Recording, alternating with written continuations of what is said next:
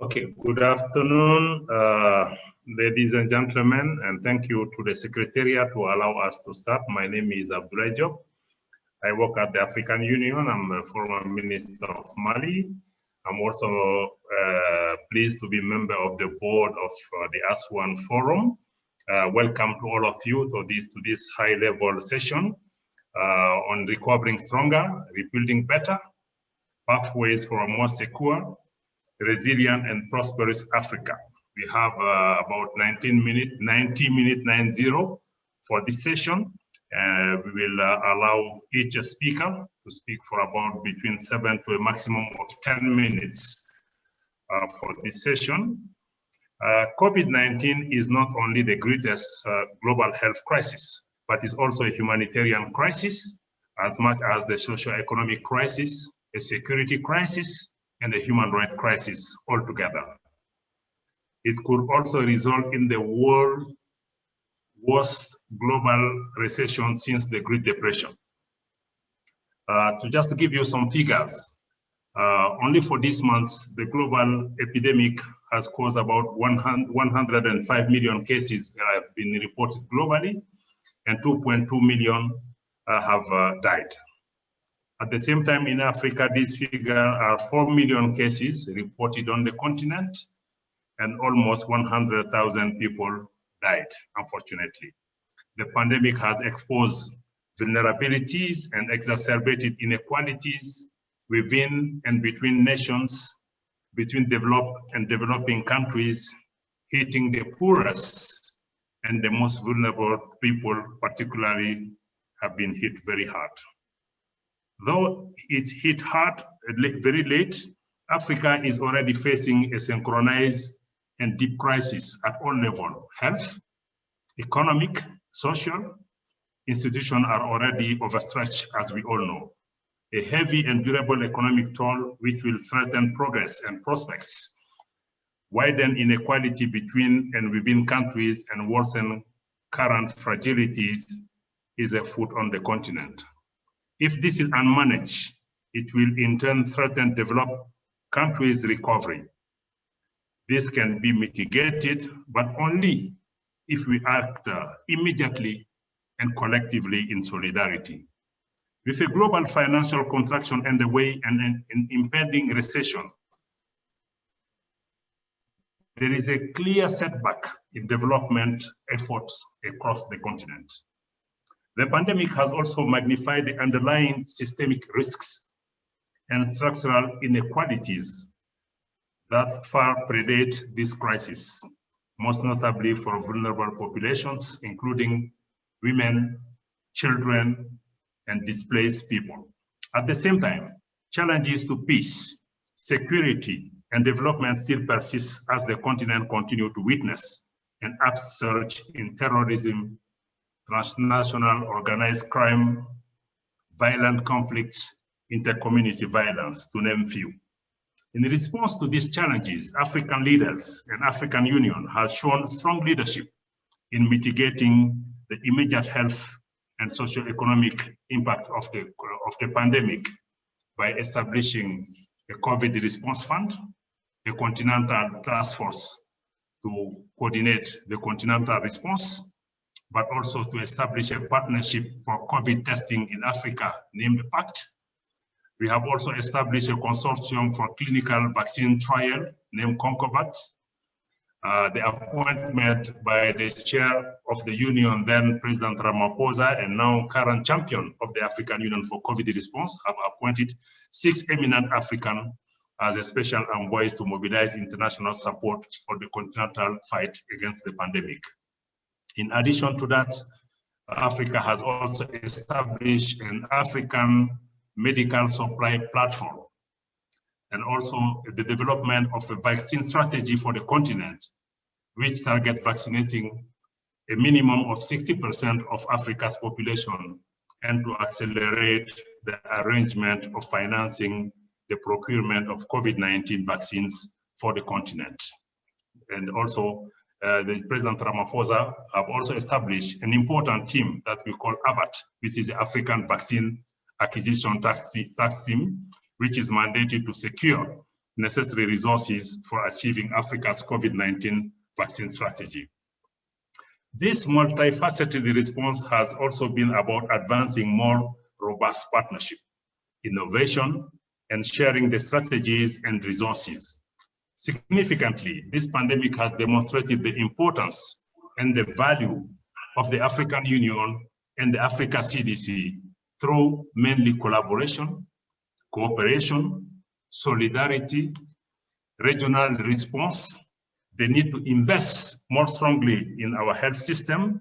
They need to invest in industrialization and manufacturing of medicines and other products on the continent, but also they need to accelerate the operationalization of the Africa Continental Free Trade Area.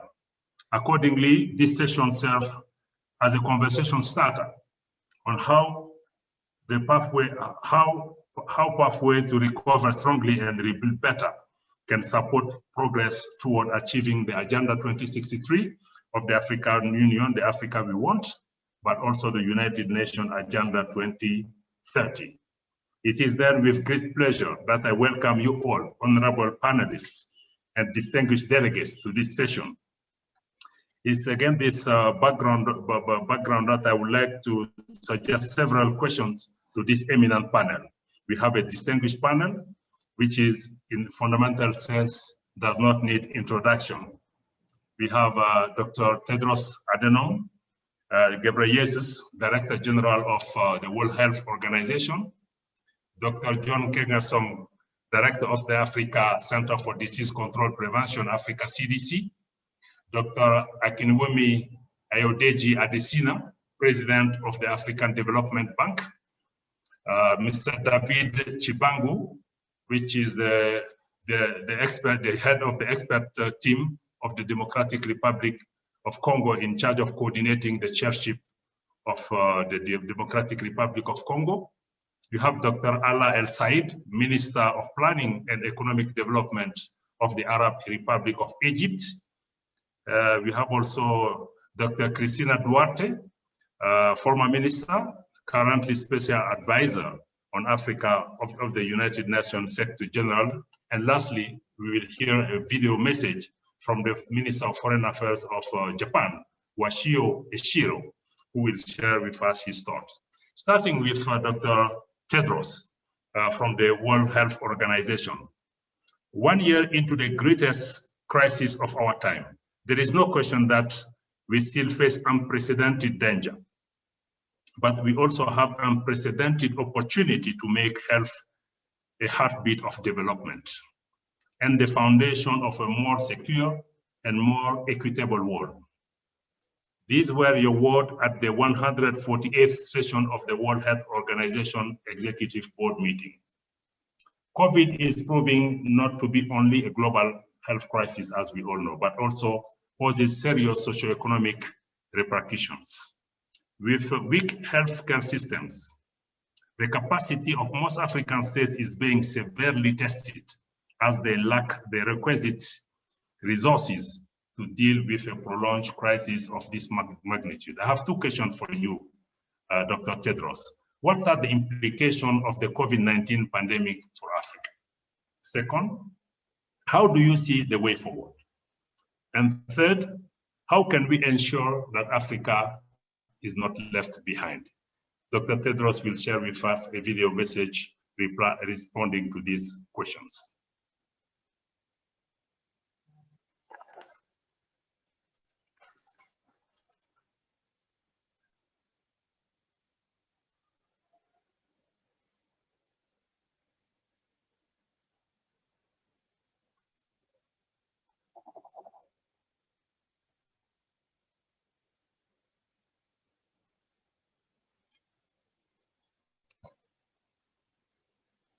Secretariat,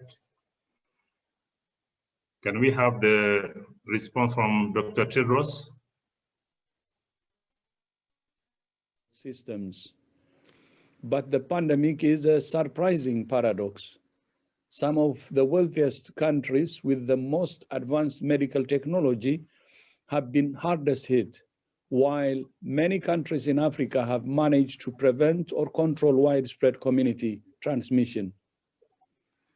This is thanks in part to African countries' long experience in applying basic public health tools to prevent and respond to outbreaks of infectious disease.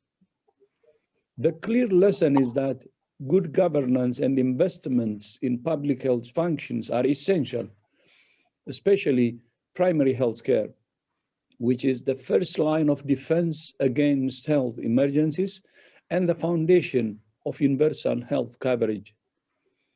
Just as all sectors are affected by health emergencies, so must all sectors work together in a whole of government, whole of society approach to prepare for them, including a One Health approach to address the intersection of human, animal, and environmental health. The pandemic has highlighted that health is not a product of strong and prosperous nations. It is the means. A healthy population is a secure, resilient, and prosperous population. And the best way to protect and promote the health of a population is to make sure all its people can access the health services they need, where and when they need them, without facing financial hardship. A great example is President Abdel Fattah al-Sisi's campaign to combat hepatitis in Egypt, where more than 60 million people have been tested, regardless of whether they're citizens or refugees, with those who test positive offered treatment free of charge. Importantly, Egypt is not pursuing hepatitis elimination in isolation, but is linking it to other efforts to eliminate cervical cancer, screen for non-communicable diseases, and make progress towards universal health coverage.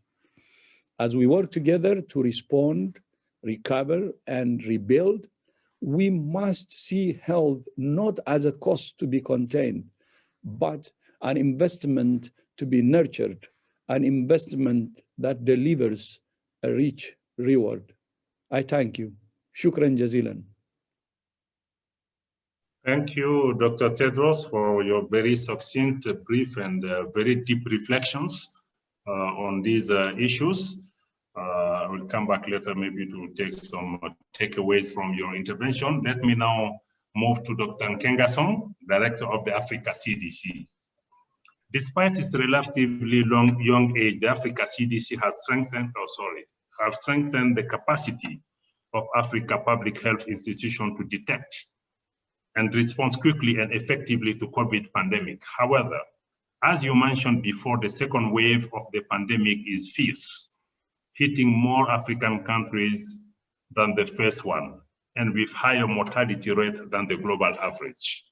Dr. Nkengasong, with these challenges in mind, and with the new variant of COVID-19 spreading across the continent, how should Africa and its global partners improve their preparedness and response to current and future crises? My second question to you, how is the whole of Africa strategy of the vaccine progressing to achieve the goal of vaccinating 60% of Africans on the continent by end of 2022? And what are the main challenges facing the implementation of the strategy of 3 pillars? Dr. Nkengasong, please. Thank you, Ambassador Abdoulaye Diop, for those very pertinent questions. Let me address the 3 questions in succession in a way that it would project into the future.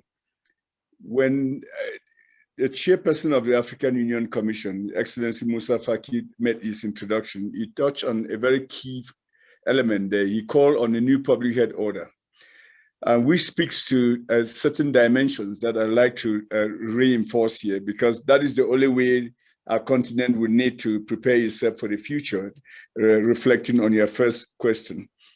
First of all, let's look back so that we can better project forward. In 1996, drugs were designed to treat HIV/AIDS.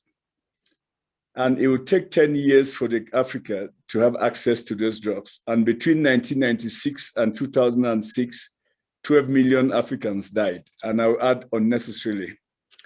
In 2009, the world faced a pandemic of H1N1, and vaccines were not available for developing world, including Africa, until after the pandemic was over.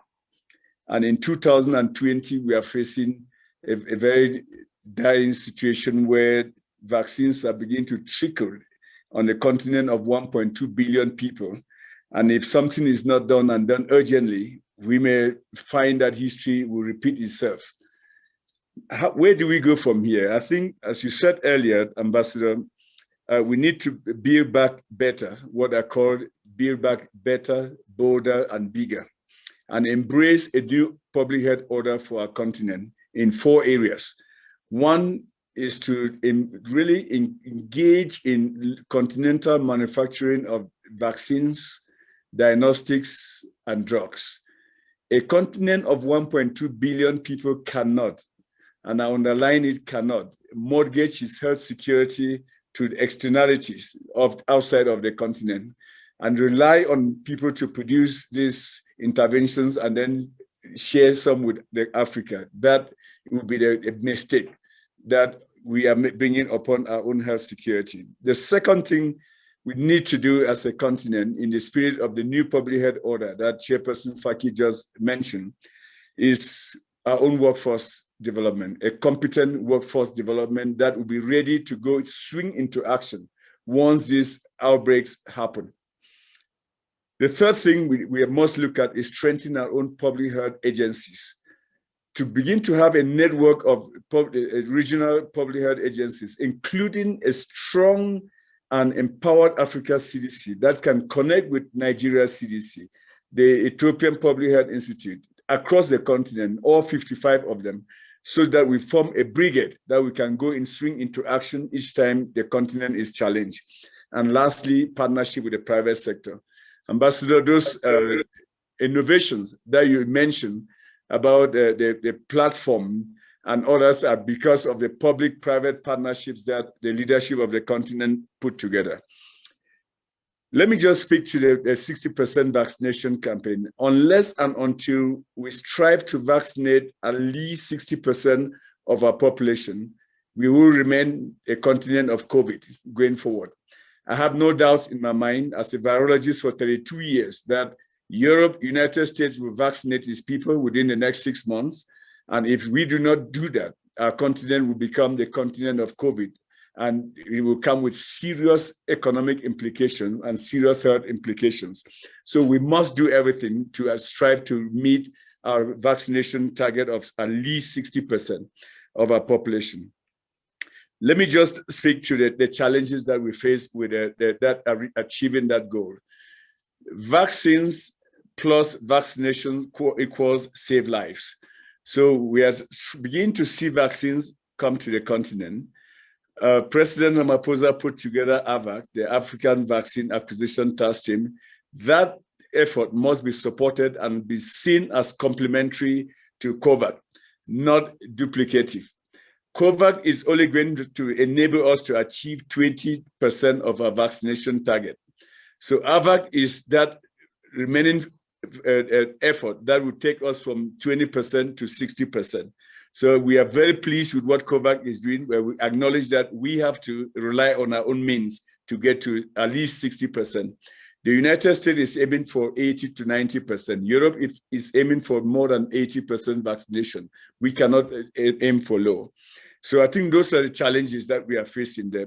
Second is the vaccination challenge. Africa CDC has launched a campaign, what we call strengthening vaccination centers. Okay, and we are very pleased that the European Union announced the other week that they will be supporting us with at least 100 million euro.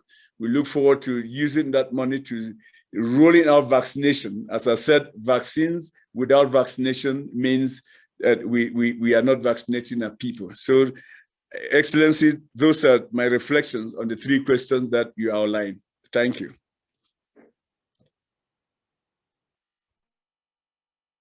Thank you very much, Dr. John, for really pinpointing these very important policy directions. I think the strategy is important in what you said.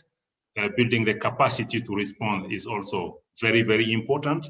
The vaccination to be taken at a level of at least 60% to avoid that Africa become the center.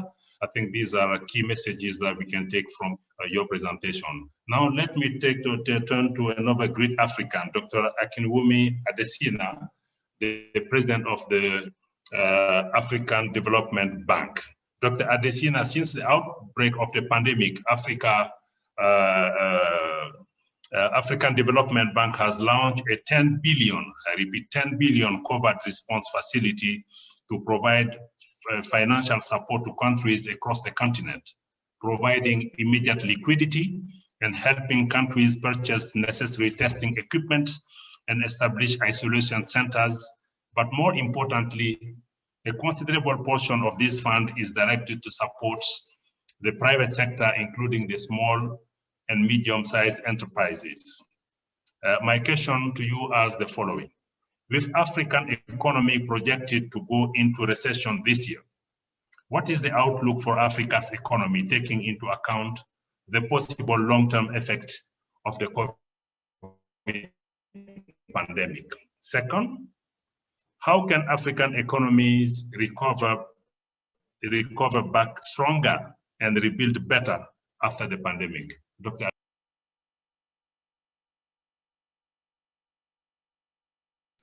Thank you very much, Ambassador Diop. It's good to see you and to see all the other panelists here. I would like to first start by thanking His Excellency President El-Sisi for inviting me to the ASEAN Forum in 2021. I remember very vividly the session that we had there when we were in Egypt. It's always a great session to be here to talk about peace and also about development. I must say accelerated development. The COVID-19 pandemic has had massive impacts on Africa's economies. It's a very long tunnel that we find ourselves in. The GDP of Africa has declined by over $175 billion. If you look at poverty, it's gotten worse. About 30 million people fell into extreme poverty by the end of 2020 last year. Now, another 39 million people could fall into extreme poverty by the end of this year. If you look at jobs, 30 million jobs have been lost by the end of last year alone.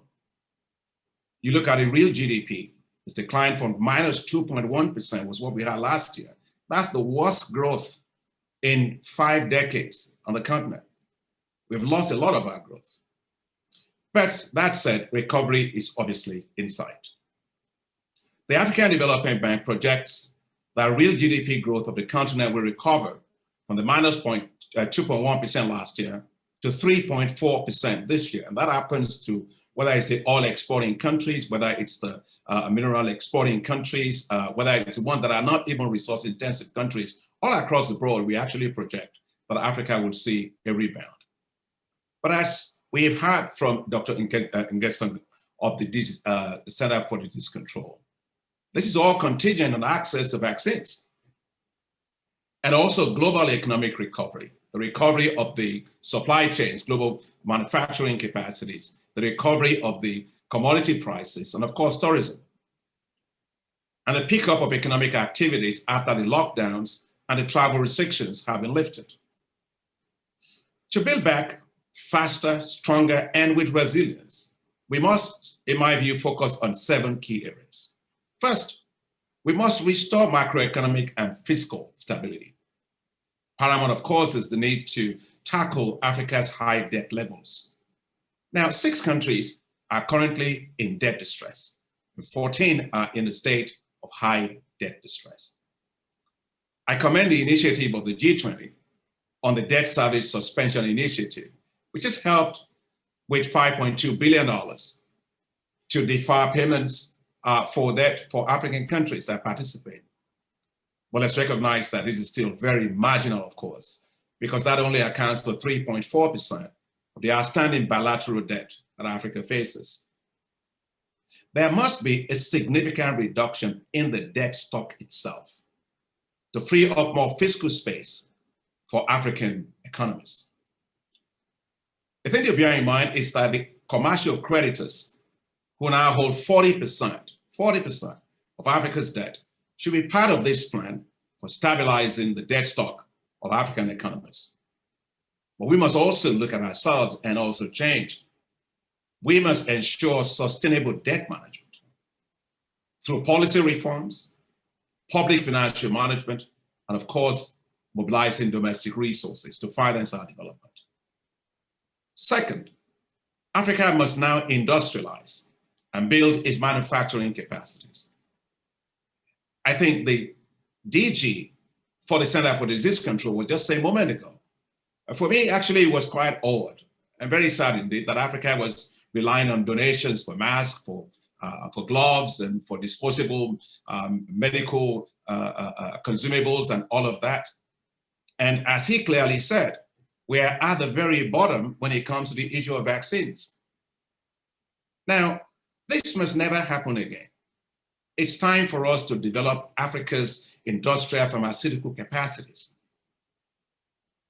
Equally important is the need for us, as Dr. Tedros said, to now also build the quality healthcare infrastructure. We need a healthcare defense system for Africa, because this kind of pandemic happened today, there are going to be other ones in the future. And what's important is the level of preparedness, and the ability of the health systems to manage and overcome them. And that's why the African Development Bank is planning on launching work on the development of quality healthcare infrastructure. And we look forward to working with WHO and this Africa Center for Disease Control on this area. This must never happen again. Third, we must reverse the capital flight from Africa. Africa witnessed capital flight estimated at $90 billion since January of last year. The foreign direct investment of Africa declined by 40%, from $45 billion in 2019 to $27 billion last year, as investors simply canceled projects or to postpone investments. As you all know, the African Investment Forum, which we launched at the African Development Bank with our partners in 2018, has already shown impressive results. Let's think about it. It helped to attract $78.1 billion in investment interest to Africa in just 2 years. Now, one of those investments is the $24 billion liquefied natural gas project in Mozambique. And that's the largest foreign direct investment ever to date in Africa. And that deal was awarded the multilateral deal of the year 2020 by PFI in London.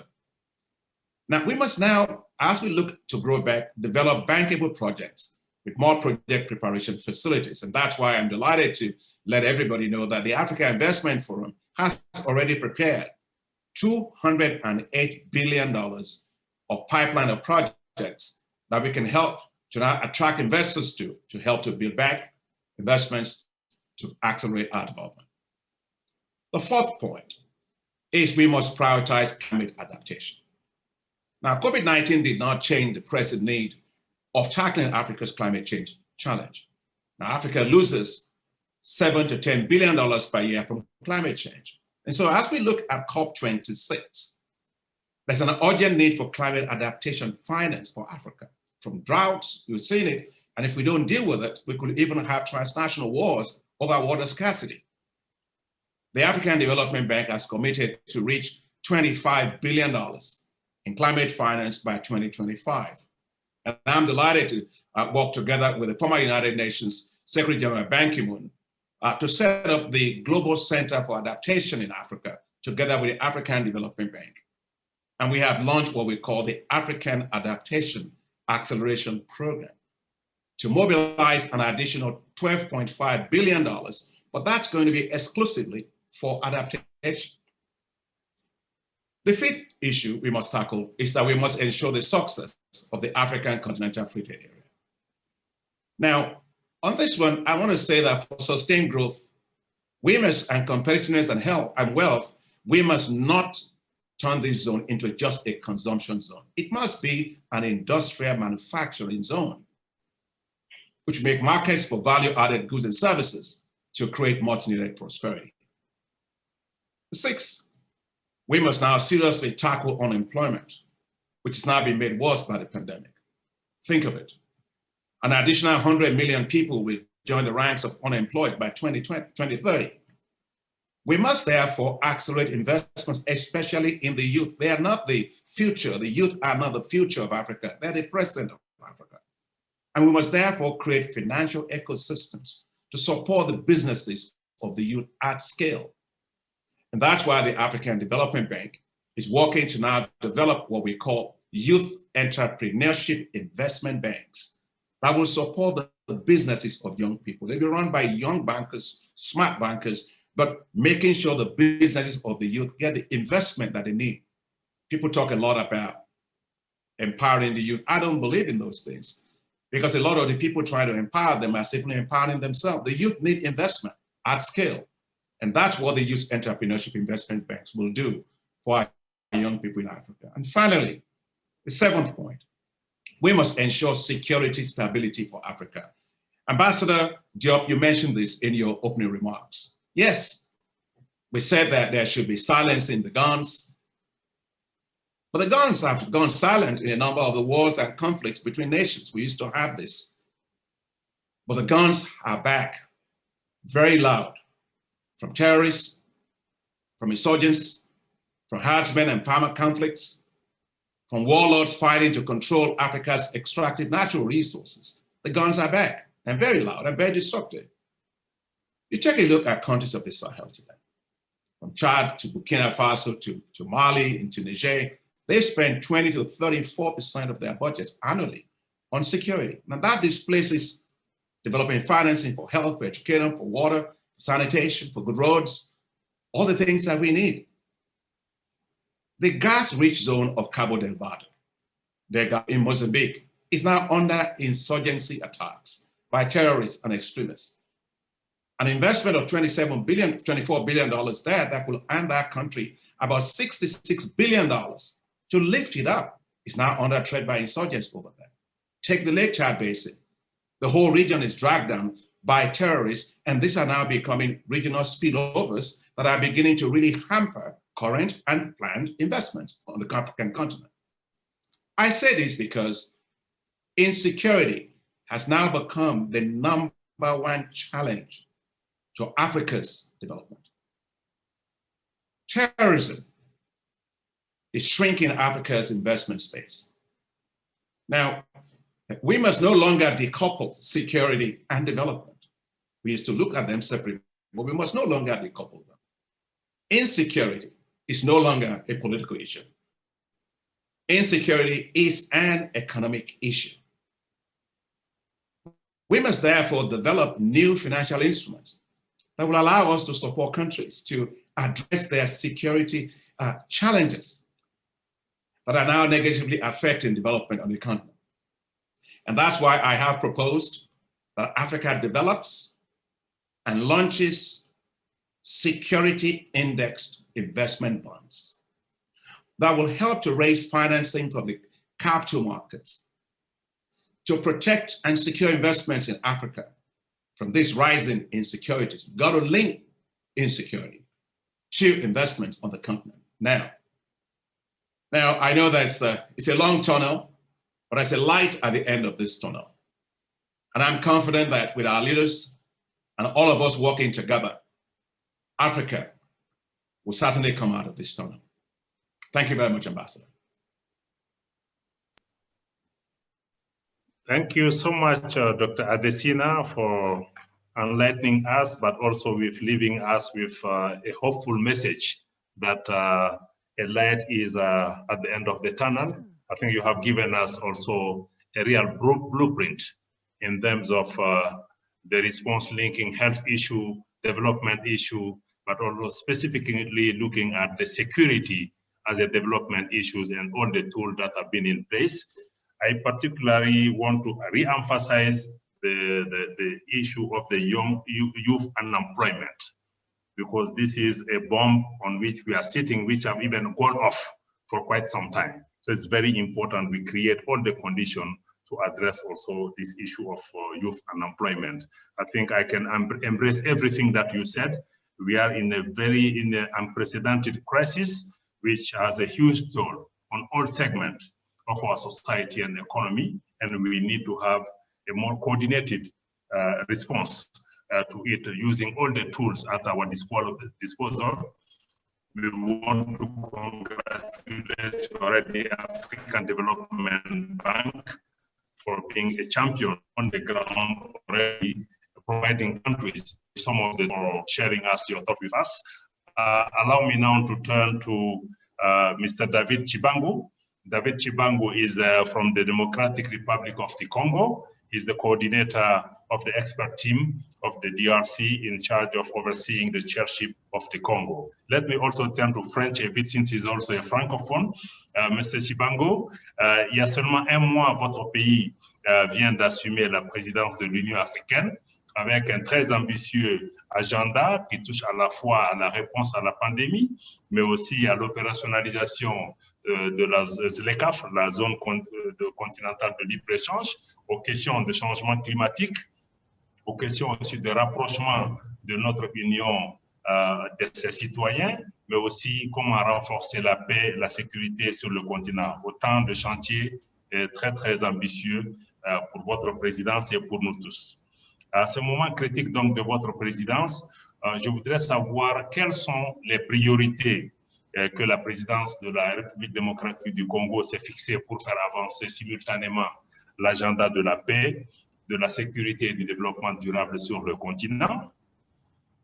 Deuxièmement, comment la République démocratique du Congo entend mettre en œuvre ses priorités pour un relèvement rapide et aussi pour une reconstruction très forte de nos pays et de nos économies. Monsieur Chibangu, s'il vous plaît. Bonjour, est-ce que vous m'entendez? Très bien. Allez-y, je vous en prie. Oui, oui. Merci, monsieur l'ambassadeur. J'irai en anglais pour que tout le monde puisse m'entendre. Je crois que mon anglais n'est pas aussi terrible, mais j'espère que ça pourra faciliter la tâche à tout le monde. So I was thanking Ambassador Abdoulaye for giving me the floor.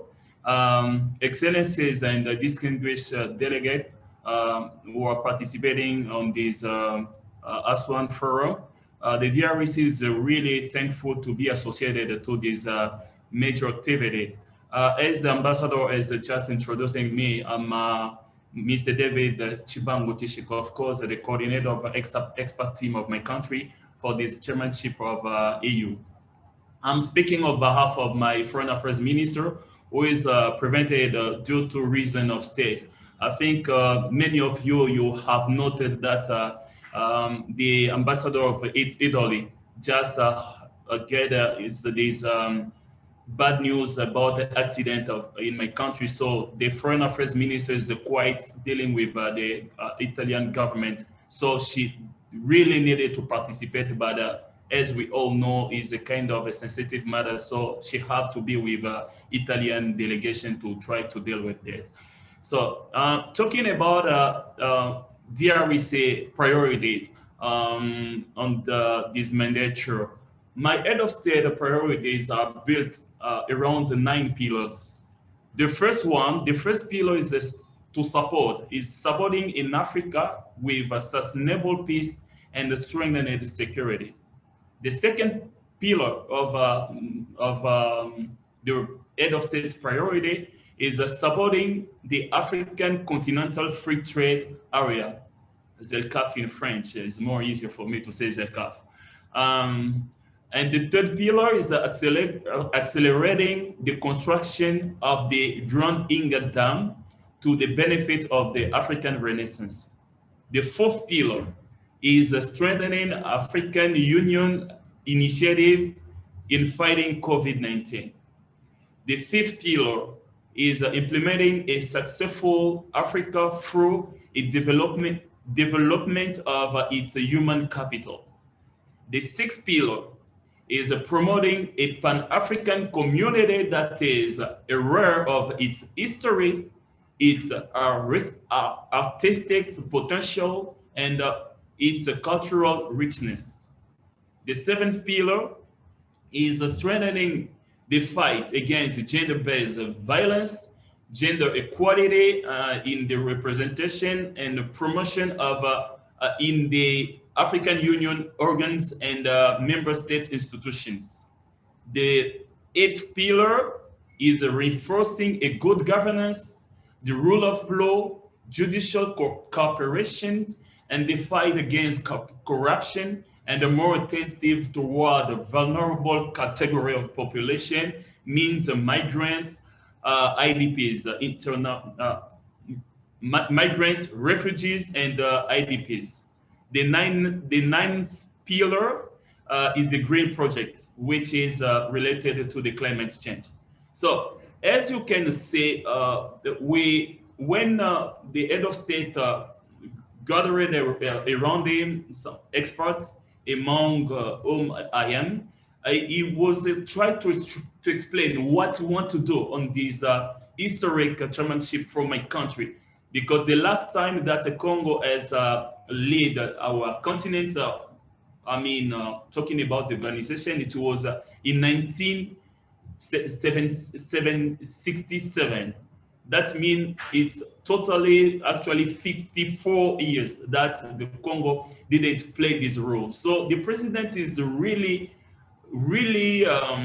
ambitious. We were trying to figure out whether we stuck only on combating COVID, or talking about culture only, or to be focused on economy. But you can see the way the 9 pillars are built. It's not only COVID, to multiply efforts on COVID, but also to go in the economic sector. I could just listen the brilliant intervention of Dr. Akinwami. It could flag out some aspects of economic that member states should be focused on it to get out of this pandemic crisis. So talking about your second question, about the peace, how we can the action that my head of state is a plan to implement that will take the continent out of these security matters. So mostly we will Congo will focus action in prevention, either managing conflict. Yes, there are some conflict in the continent. The president will be more present in mediations and negotiating, but more often, as Dr. Akinwami just pointed out, the Mozambique issue, we can see that there's something very bad is ongoing there. So the idea is to multiply efforts in preventing conflicts. The more we can prevent conflicts, the better we can manage them. So that's the main idea of when we're talking about supporting Africa with a sustainable peace, is not only to be like operating at the end, but thinking before even at the starting point of the conflict, is to prevent action. So the way that the head of state is planning that is prevention and managing conflict, to pursuing the program that South African chairship has started of Silence the Gun, and advancing African Union control of proliferation and of these weapons around the continent. Yeah, and in the COVID, I want to focus more on the COVID aspect. In the COVID aspect, of course, South Africa, the President Ramaphosa was appointed as the champion of COVID, but that does not mean that DRC will be just a campaigning effort. No, the way that my head of state is planning to work in the field of COVID is the reinforcement of the CDC, Africa CDC. Exactly, that will be the angle that my country will be operating, is to reinforcing the action of the CDC. Meanwhile, the President Ramaphosa will be implementing this COVAX bridge that could allow us to have the vaccine. But the DRC will be more. Hello? Can everybody mute his microphone when not speaking? Please, Mr. Chibango, continue. Yes. the DRC will be more operating in the acts of reinforcing Africa CDC. That mean is les centres de control. That will be the bringing the networking regional centers networking regional centers, F centers for us is working in this some way of taking experience, taking experience from Ebola, from COVID, and bringing sort of way of networking all these African centers that could let us to say we have learned something, how we can prevent now. So, but all of that is only in the field of CDC Africa. And another way of doing it is renforcer le financement. Yeah, it's also to reinforce the financing of the CDC Africa, because we can build different kind of plan.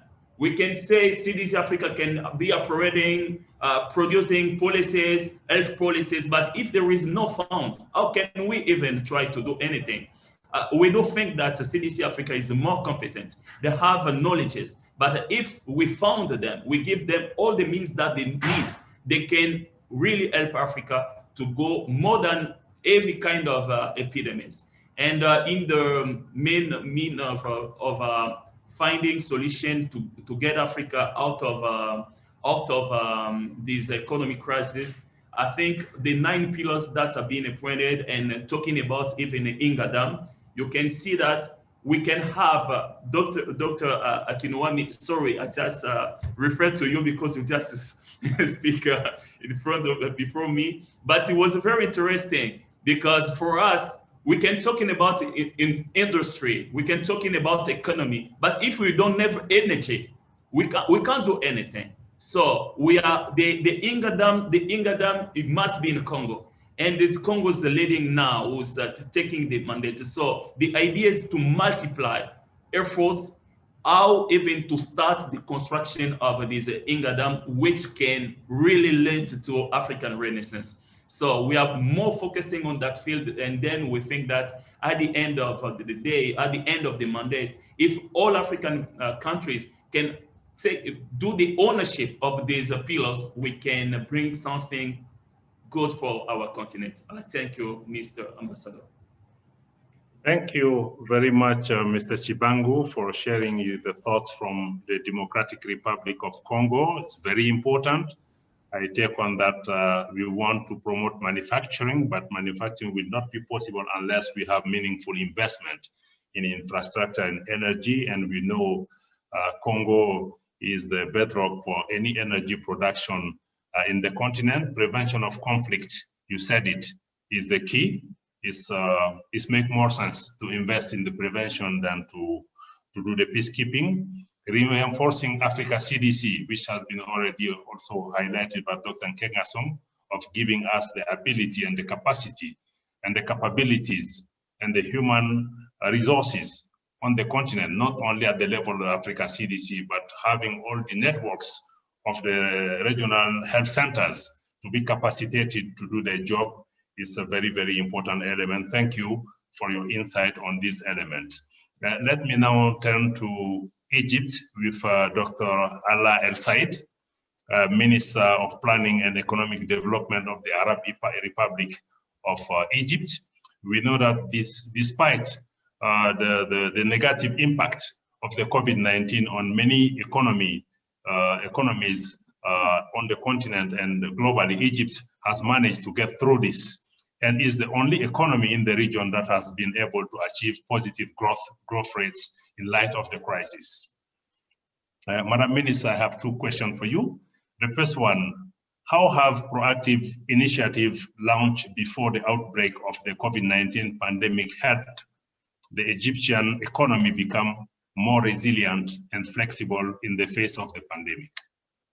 My second question to you, Minister, what policies has Egypt adopted during the COVID-19 crisis to support the attainment of sustainable development goals and mitigate the impact of the pandemic, especially on the most vulnerable.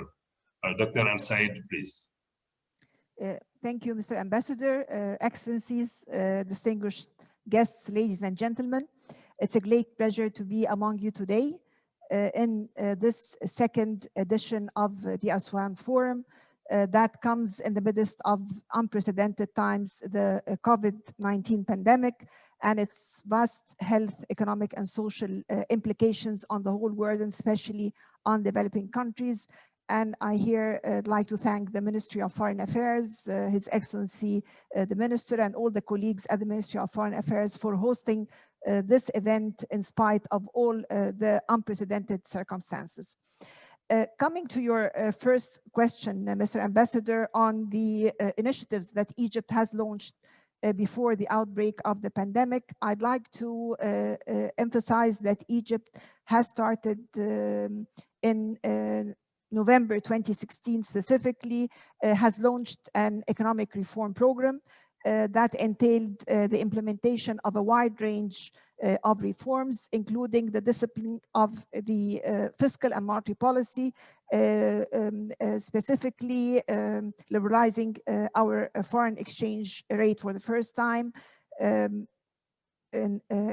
doing a restructuring in one of the main sectors, which is the energy sector, and doing a lot of reforms to improve the investment climate and increase Egypt's competitiveness and restore investors' confidence.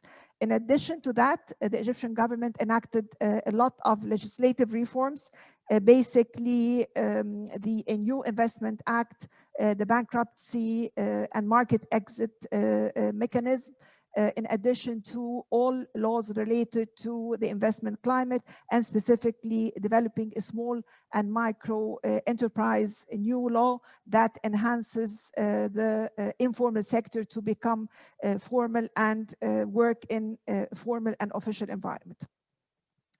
The government also made a huge investment in the infrastructure. More than 1.5 trillion Egyptian pounds were invested to upgrade the level of our infrastructure. This is equivalent to about 100 billion American dollars in order to enhance and seek the competitiveness of Egypt's infrastructure in order to attract more private sector and foreign direct investment.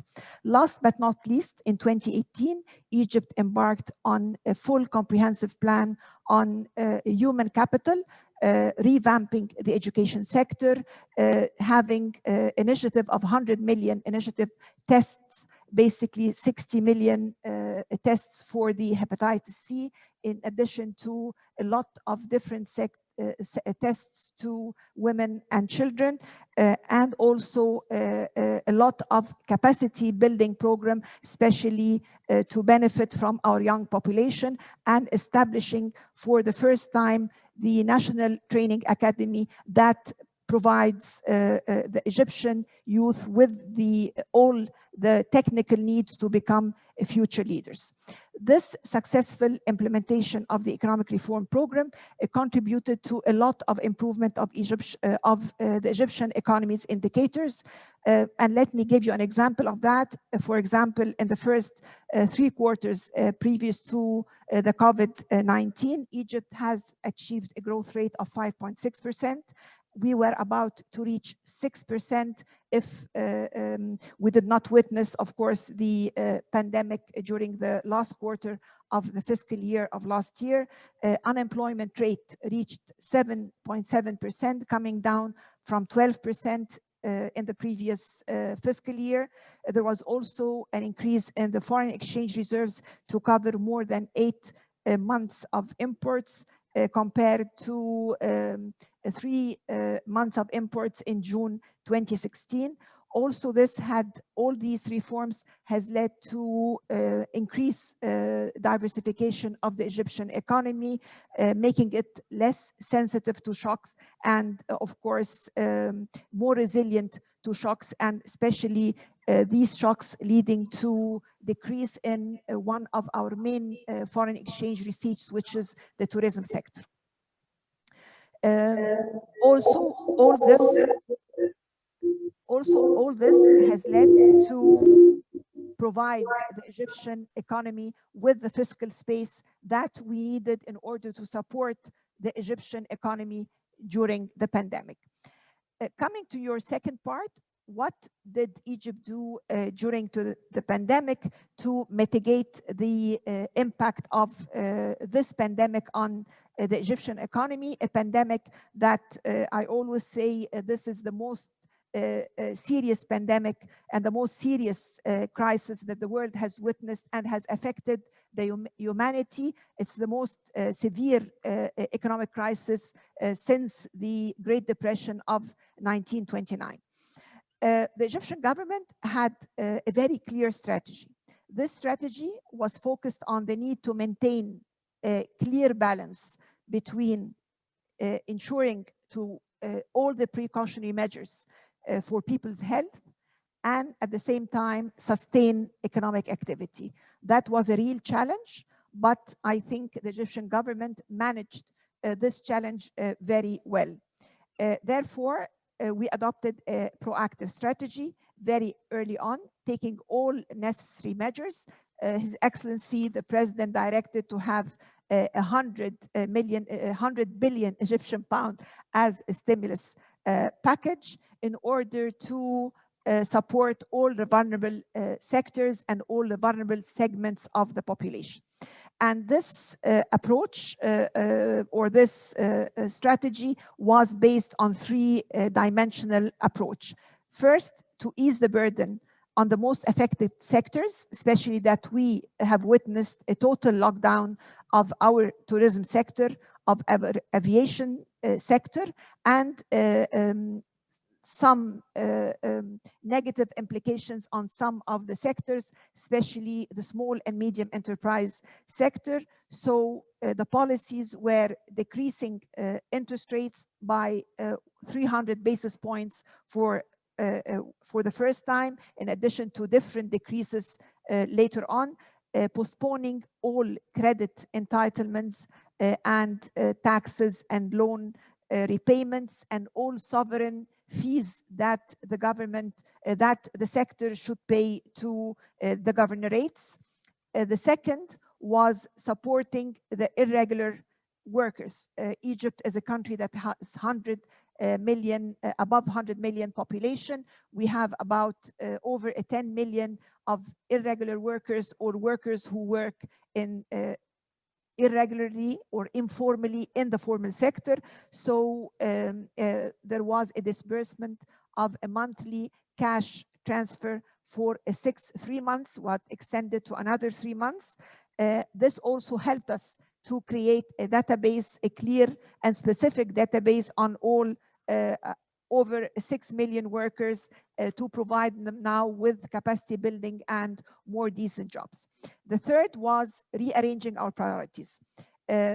We started rearranging our priorities with, of course, an increased focus on our most important sectors like the health, education, and also giving a boost to some of the sectors that are resilient to shocks, like the digital economy and the agriculture. So the government decided to increase investment in the healthcare by about 60%, aimed at tackling major issues such as ICU beds, childcare beds, and encouraging automation of all health records at all the hospitals.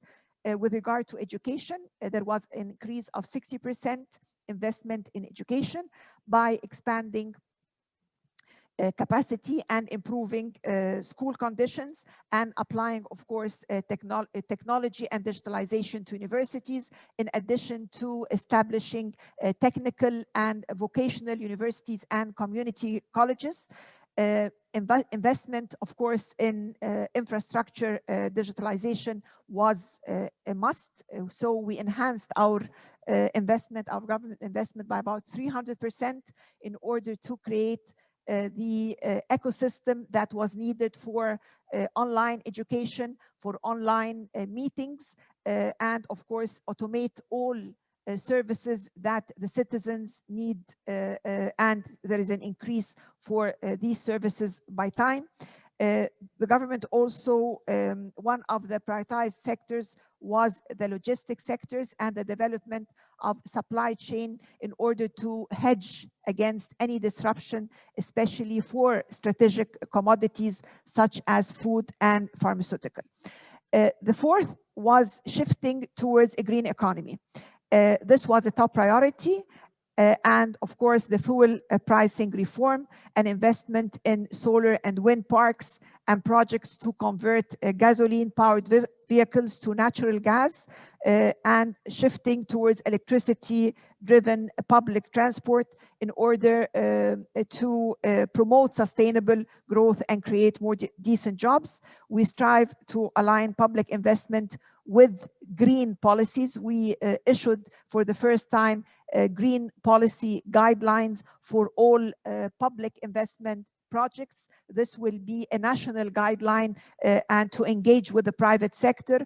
We aim to reach 30% of these projects to become green by the year 21-22, to reach 50% of these green projects by the year 24-25.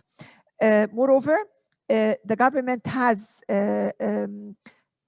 launched an initiative that I think that's one of the very important initiatives that His Excellency the President has launched a few months ago in order to increase our investment to all unprivileged villages. This is the we have been investing in unprivileged villages over the past 2 years, but now we are having more investment in these villages. We are having a plan to finish all the villages of Egypt in 3 years. So we are investing about 500 billion Egyptian pounds among the next 3 years. This will benefit 50 million citizens. Half of the population will benefit from providing them with upgrading all the services. This project, I think, is the first implementation of localization of the SDGs on all governorates, providing adequate utilities, medical assistance to people in need. And as you all know, this initiative has also been commended by the UN and has been successfully included in the global partnership for the sustainable development, because we are here talking about engaging the NGOs, engaging the private sector, in addition to the government in such an initiative. These measures were very critical. Can you try to summarize, yes, please? These all measures were very critical in order to enable Egypt, as you mentioned, to be one of the very few countries in the world to have a positive growth rate. We have reached 3.6 last year. We are aiming to achieve almost close to 2.7 to 3% by this fiscal year, in addition to a decrease in unemployment rate to reach 7.2% in this quarter, coming down from 9.6, and of course inflation coming down to 4.8%. I hope I just gave you a full-fledged or a comprehensive view of all the initiative that the Egyptian government has done in order to mitigate all the repercussions of this unprecedented crisis on humanity. Thank you. Thanks a lot, Minister. I guess we need more time to allow you to give us maybe a comprehensive overview of what is being done, but we do have a good understanding of what Egypt has done. I think reforming was a key. As you said, having a clear strategy was also very important, balancing between competing priority, looking at one hand investment in people, in health, and the other hand also investing in the economic development, providing direct support from the government institution to the sectors which are directly affected, revealed to be also a key. Prioritizing investment in the human capital, education, health, capacity building, training are also elements of the success of the comprehensive approach that you have had to respond to this crisis. Thank you a lot, Minister, for sharing us the experience of Egypt. Now, allow me to turn to Ms. Minister Cristina Duarte. She's from Cape Verde, and she's currently the special advisor on Africa for the UN Secretary General. Mrs. Duarte, COVID-19 is a strategy not only from the health dimension, but also socioeconomically. And yet, despite the tragedy dimension, I quote, the coronavirus offers an opportunity for Africa to change its paradigm. It's time for Africa to switch its mindset from managing poverty to managing development and adjusting policy making. Your Excellency, these were your words during the inaugural interview that you gave in October 2020. I have two questions for you related to that. First, to what extent do you think the COVID-19 pandemic is exacerbating existing vulnerabilities and inequalities across the African continent, especially in countries involved in active armed conflicts? Second question, how can African states leverage this crisis to kickstart a decade of action to deliver on the Sustainable Development Goals and build the future of Africa? Madam Cristina Duarte, please. Thank you, my dear brother Abdoulaye Diop. It's always a pleasure to see you. Excellencies, good morning, good afternoon. It's a great pleasure to be here. Protocol observed, allow me to start. Everybody knows what have been the consequences of COVID-19, because they have been so painful, particularly for the 420 million Africans below the poverty line. Therefore, my dear brother Abdoulaye, allow me to take the opportunity and address your questions with a forward-looking lenses, trying to address some must ingredients to kickstart the decade of action. As you mentioned, despite the tragedy dimension, COVID-19 offers an opportunity for Africa to change its paradigm. In my humble opinion, it's time for Africa, as you mentioned, to switch its mindset from managing poverty to managing development and adjust according to policy making. Managing poverty and managing development are two different approaches. How to leverage the disruptions brought by COVID-19? This is the question. And in my opinion, there are 4 areas where COVID-19 disruption should be leveraged. And some of them have already been mentioned in this session. First, and maybe the most important, human capital. Second, financing for development. Third, identify a small set of strategic assets, what we can call asset drivers. Energy, free trade area, and industrialization, in my opinion. Fourth, identify what are the catalytic issues to leverage the disruptions, the COVID-19 disruptions. In my opinion, there are 2 catalytic issues: ICT and institutions. Allow me start for human capital, education and health. Leveraging disruptions in education. As everybody knows, the pandemic is transforming the traditional schooling model globally. Post-COVID-19, this might mean systemic shifts in the future of learning, teaching, curriculum design, and assessments with a growing integration of digital technologies. And this is one area where the pandemic has shown the great digital divide between Africa and the rest of the world, with most school-going children not being able to study virtually, despite various efforts made by governments. COVID-19 related school closures have left 250 million children in primary and secondary schools in Africa out of school. UNICEF estimates that 11 million girls may leave school by the end of COVID crisis and may never return. In addition, Africa lacks 4 million teachers. So to address this problem, only with a massive building of ICT infrastructure and the massive adoption of ICT solutions in the education sector in Africa. We need to move, in my opinion, from best practice and a few examples to a massive adoption of ICT in the education sector. But leverage education out of COVID-19 disruption, there is a huge challenge: financing. Finance education will be a major challenge for African countries. UNESCO estimates that the annual funding gap to reach the SDG 4 in low and lower middle-income countries has increased from $148 billion pre-COVID to $200 billion. Let me now address leverage disruptions in health.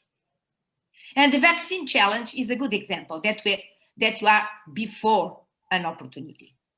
The pandemic has shown the critical importance of enhanced production capacities for medicines, vaccines, therapeutics, and diagnostics. Africa's pharmaceutical manufacturing sector contributes only with 25–30% of the continent's total needs, thus resulting in over 70% of Africa's pharmaceutical needs being met through importation. Moreover, the life-saving drugs production is concentrated in only a few African countries. 7% of pharmaceutical manufacturing is in South Africa, and the remaining 30% in Ghana, Nigeria, and Kenya.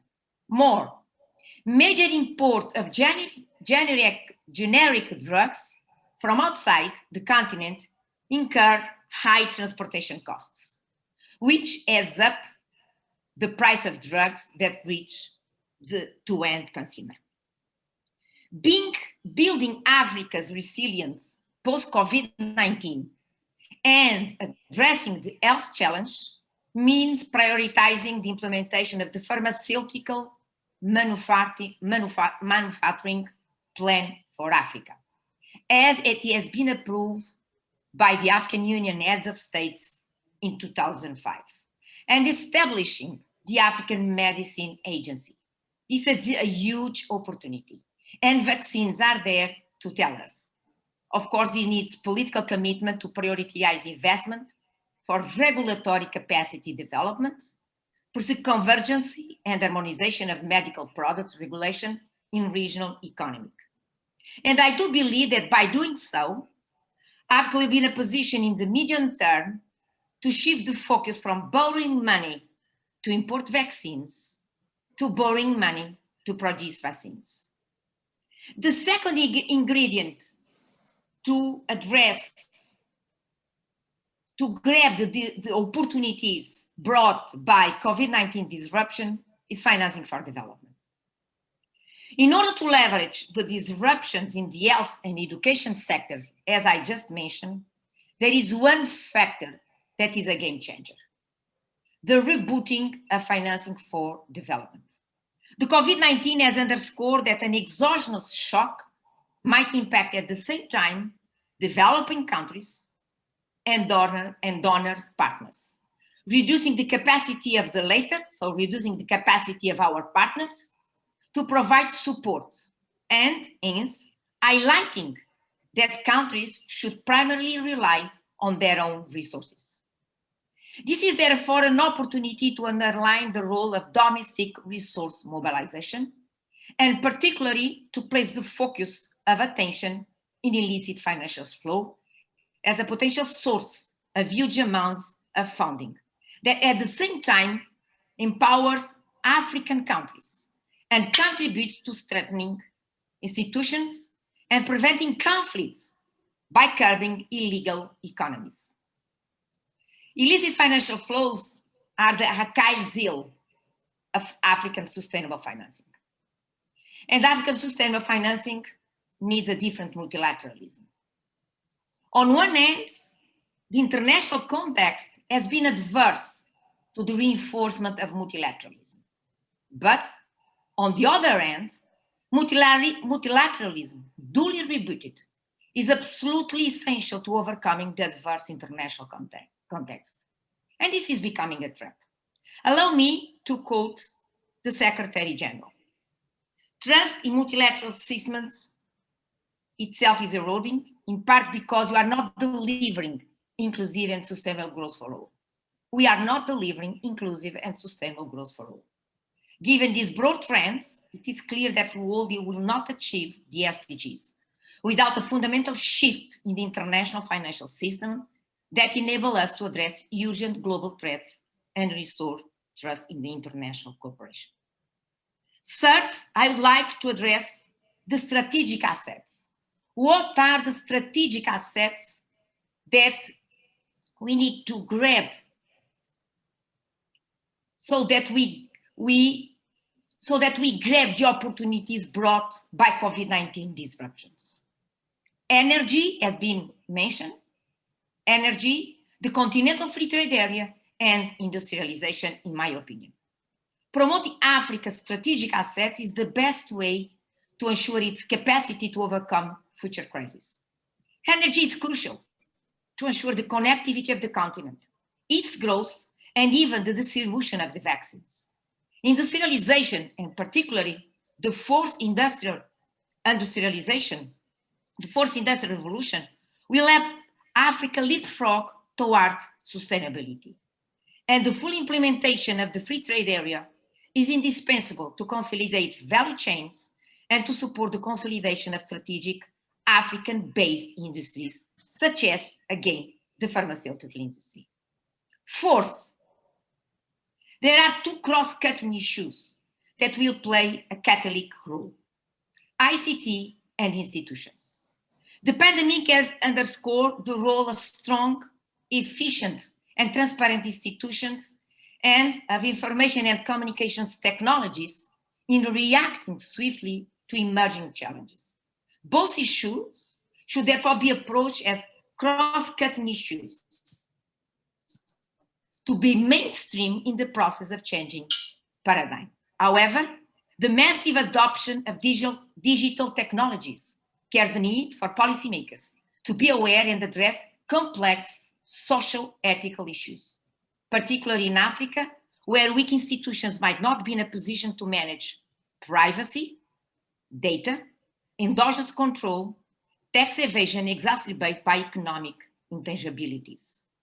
And lastly, this is where the SDG 16 and the role of building strong institutions emerge as a mitigant to address constraints on technology transfer associated to misuse of intellectual property rights.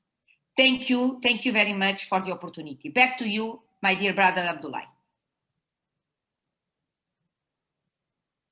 Thanks a lot, Dr. Christina, for taking us through this comprehensive approach and also very specific issues that you put in front of us, how we can leverage the pandemic to advance development, investment, governance issues, and also to tackle inequalities on the continent. I think massive investment in the ICTs and in the institution has been seen as one of the critical opportunities that we should take, but also investing in the production of manufacturing, medicine, and diagnosis in the continent is also a very important way to reduce our dependency and even today our vulnerability of not accessing the life-saving vaccines that are useful for us. We do have some opportunities for resource mobilization. You open up the windows for domestic resource mobilization, but also to get some of these illicit financial flows to invest back in our country. So thank you for the clarity of your point that you make and the policy option that you put to Africa and African country to seize the partnership with the UN to advance both the AU Agenda 2063, but at the same time the agenda of the Agenda 2030. Thank you so much, Christina, and dear sister, and very good to see you again. So we almost, I think we have too much time now. We are having our last speaker, the last speaker who is the Minister of Foreign Affairs of Japan, Mr. Washio Eshiro, who will give us his insight from the perspective of Japan on the issues that we address in this session, but also to see how partners also can come in to work with Africa to address these challenges in Africa and to open up opportunity for all of us for prosperity. So I will want the Secretariat to share with us the video received from the Minister of Foreign Affairs of Japan. That will be the last speaker. Mr. Chair, on behalf of the government of Japan, I would like to extend my heartfelt congratulations on the holding of the second annual meeting of the ASEAN Forum for Sustainable Peace and Development. I would also like to pay tribute to the strong leadership of Egypt in convening the forum. Mr. Chair, while Africa appears to be spared the worst of COVID-19 so far, the pandemic has brought about tremendous socioeconomic impacts to Africa. The spread of the virus has laid bare vulnerability of state institutions in many countries in Africa, notably in the health sector. These circumstances have made it even harder for African countries to face various challenges to peace and security that persist across the continent. This multifaceted crisis is threatening people's lives and dignity, putting their human security in jeopardy. Strong and trustworthy state institutions are essential for sustaining peace and protecting people. Indeed, COVID-19 has come to underscore anew the importance of addressing the root causes of conflicts and terrorism through building institutions, with African countries sitting in the driver's seat. Mr. Chair, this is exactly what Japan seeks to achieve through its new approach for peace and stability in Africa, or NAPSA, that Japan launched at the 7th Tokyo International Conference on African Development, TICAD 7, held in Yokohama in 2019. It is from this perspective that, on the occasion of 2 rounds of visits to Africa last December and January, Mr. Motegi, Minister for Foreign Affairs of Japan, demonstrated Japan's resolve to strongly support Africa to build back better from the pandemic, including through its efforts under the banner of NAPSA. Mr. Chair, among many contributions that Japan has been making under NAPSA so far, let me touch upon Japan's steadfast support for South Sudan's nation building. As the spread of COVID-19 is putting a severe strain on South Sudan like elsewhere in Africa, I would like to renew Japan's commitments to contribute to the strengthening of the state institutions in broad areas such as customs and police. Japan will also continue to work with relevant African organizations such as the Intergovernmental Authority on Development, IGAD, and the African Union with a view to helping implement the South Sudanese peace process. Mr. Chair, allow me to commend CCPA for its excellent work as a secretariat of this forum. This center and other PKO training centers in Africa embody Africa's ownership in peace-building efforts. The various programs and activities are very much in line with African Union's initiative of silencing the guns. Highly valuing a key role that these centers are playing in the field of peace and security in Africa, Japan has long been providing support to them as part of NAPSA. With regard to CCPA and in particular, I would like to take this opportunity to announce the government of Japan has just decided to make an additional financial contribution amounting to $1 million to the center. Mr. Chair, the key to the stability and the prosperity of the international community lies in dynamism created by the interconnection between two continents, rapidly growing Asia on the one hand, and Africa with great potential on the other. Japan just hopes to realize a free and open Indo-Pacific, enriching the confluence of the Pacific and Indian Oceans and of Asia and Africa. Under this vision, Japan will pursue its efforts in Africa to ensure, first, international order based on the rule of law, second, economic prosperity through enhanced connectivity, and third, peace and stability. We are confident that these efforts are particularly relevant in Africa, as this continent tackles the COVID-19 crisis and advances in its pathway for post-COVID sustainable peace and development. The pandemic reinforces the need for further international cooperation. I would like to invite African countries and other partners present at this forum to work together under this vision to overcome the crisis and to lay a solid foundation for further stability and prosperity in Africa. Mr. Chair, in the face of COVID-19, the ASFAN Forum has proved itself to be an invaluable platform to garner international support to shape Africa's new normal, recovering stronger, liberating better.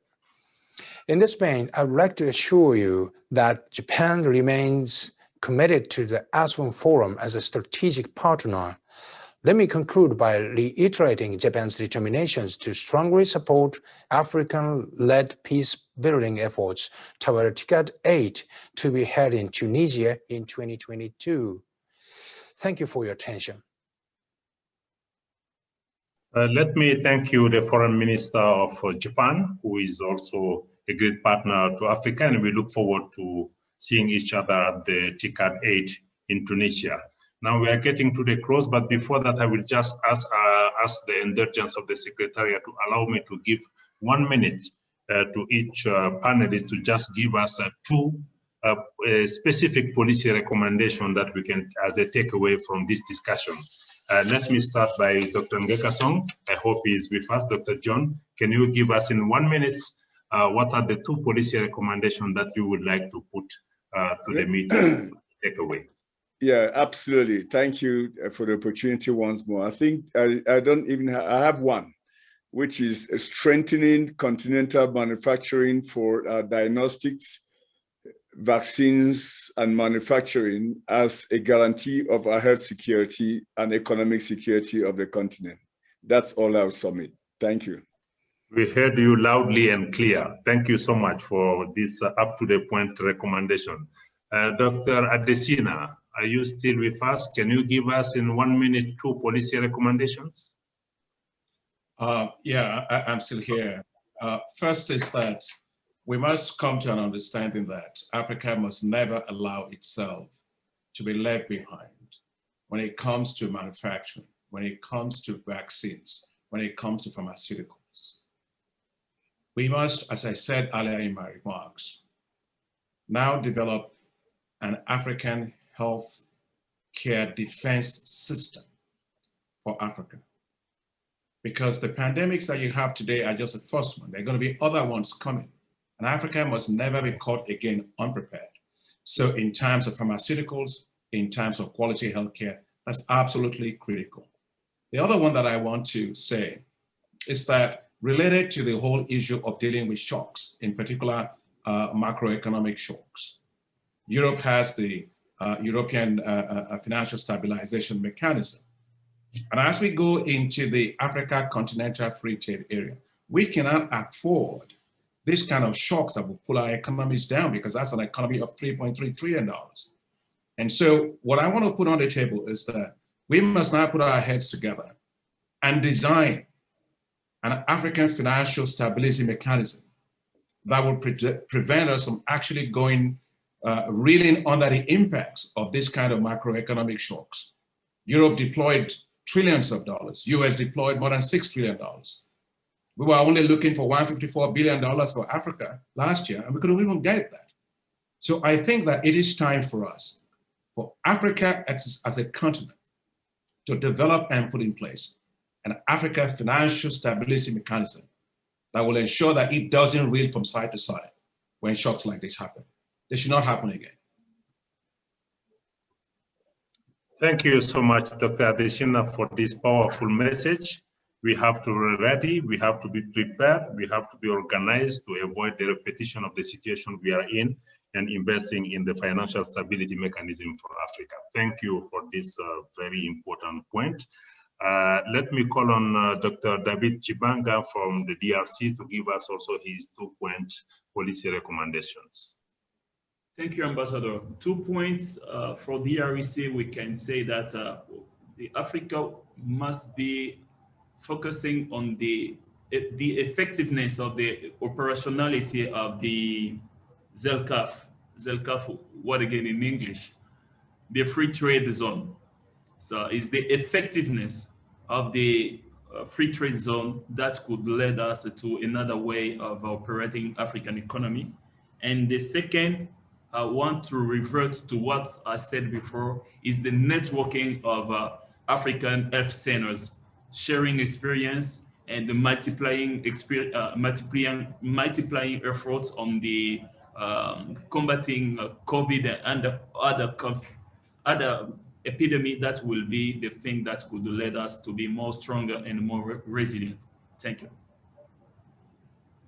Thank you so much, Dr. Chibanga. Effectiveness of CFTA and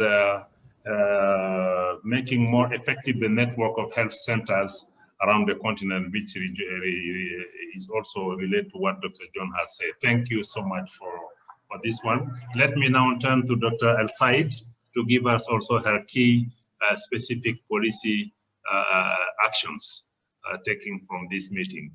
Dr. El Said, please. Thank you very much. I have two key messages. The first one, I'd like to call on the international community to avail the vaccine for the African continent. Africa should have its adequate share of the vaccine, and the welfare of Africa is an integral part of the welfare of the whole world. The second message is that I urge the African continent to spend more on the primarily healthcare, to invest more on pharmaceutical industry and research and diagnostic centers for pandemic. This is not the first pandemic, and it's not going to be the last. So I think this is my two main key messages. Thank you. Thank you so much, Minister. Vaccine equity is very important. Unless all of us are safe, no one is safe anywhere in the globe. That's very important. Investment in the healthcare system and manufacturing on the continent is also key. Last speaker I have on the list is my sister Cristina Duarte, please. Thank you again. I'll be very short. I do believe that COVID-19 is giving an opportunity to Africa to increase dramatically the control of its economic, financial, and natural resource flows. I do believe that it's time to address, Abdullah, the following paradox. With our hands, right hands, we lose annually about $88 billion of illicit financial flows.